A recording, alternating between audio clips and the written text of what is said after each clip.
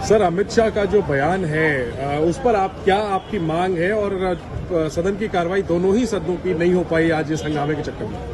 देखिए, वो जो बयान है, वो बयान में मेरी आपत्ति है, और इस वजह से अमित शाह जी भले ही बाबा साहब अम्बेडकर के बारे में क्या सोचते हैं ये उनको जानकारी होगी, लेकिन हम बाबा साहब अम्बेडकर इस देश में करोड़ों अरबों लोगों के मुक्तिदाता हैं, महिलाओं के, वंचित वर्ग के। अगर मैं तो अपने स्वतः अगर सबसे पहले अपने ऊपर देखूं तो अगर आज मैं मेंबर ऑफ पार्लियामेंट हूं तो बाबा साहब अम्बेडकर के संविधान की वजह से। और मुझे ये भी बताना है कि गृह मंत्री जी, प्रधानमंत्री जी अगर वो इन पदों पे हैं तो ये भगवान की कृपा से नहीं, ये संविधान की कृपा से, बाबा साहब अम्बेडकर के प्रयासों से है, उनके संघर्ष से। तो पूरे देश में इस बात को लेकर गुस्सा है, नाराजगी है। उन्होंने ये बयान क्यों दिया, किन परिस्थितियों में दिया, इसके बारे में उनको सोचना चाहिए। लेकिन बाबा साहब अम्बेडकर सदैव थे, सदैव हैं और सदैव रहेंगे। और उनका कद जो है इतना बड़ा है, उसके कद के नीचे ऐसी पता नहीं कितनी सरकारें आई और कितनी सरकार चली गई।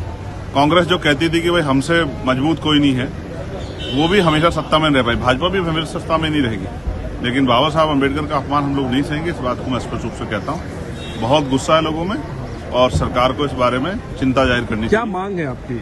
अमित शाह को क्या माफी मांगनी चाहिए जो मांग की जा रही है? मैं स्पष्ट रूप से कह रहा हूँ, भविष्य में कोई भी, सिर्फ अमित शाह जी नहीं, कोई भी बाबा साहब अम्बेडकर के ऊपर टिप्पणी करने से पहले 1000 बार सोचे कि करोड़ों लोगों की भावनाओं को आहत करके आप जो है ना सत्ता मन में रह सकते हो, और न जो है आप लोग ये सोच सकते हो कि अगर हम ये अपमान करेंगे तो कोई रिप्लाई नहीं करेगा। मैं आपको विश्वास से कह सकता हूँ कि हमारे लोग आने वाले समय में वोट की चोट से जो है इस सरकार को सबक सिखाने का काम करेंगे, और जिसको जो निर्णय लेना है वो उनका स्वतः निर्णय है। एक सर, इसमें मैं ये भी चाहता हूँ, कांग्रेस का जो हमला है अमित शाह पर, उसके जवाब में बीजेपी कह रही है, खुद प्रधानमंत्री कह रहे हैं कि अपमान तो असल में कांग्रेस ने किया था अम्बेडकर जी का जब वक्त था, चाहे वो चुनाव में उनके खिलाफ कैंपेन करना हो या भारत रत्न ना देना हो, मूर्ति नहीं लगानी हो।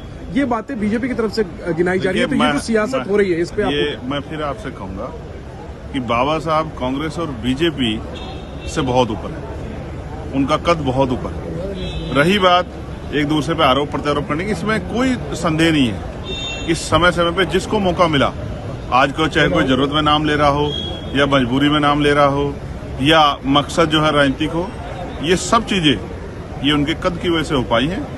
तो मैं सिर्फ इतना ही कहूंगा कि चाहे कांग्रेस हो, बीजेपी हो या कोई और पार्टी हो या कोई नेता हो, वो एक बार भी ये ना समझे कि बाबा साहब अम्बेडकर के मानने वाले लोग सत्ता में नहीं है तो हम कोई भी टिप्पणी कर देंगे।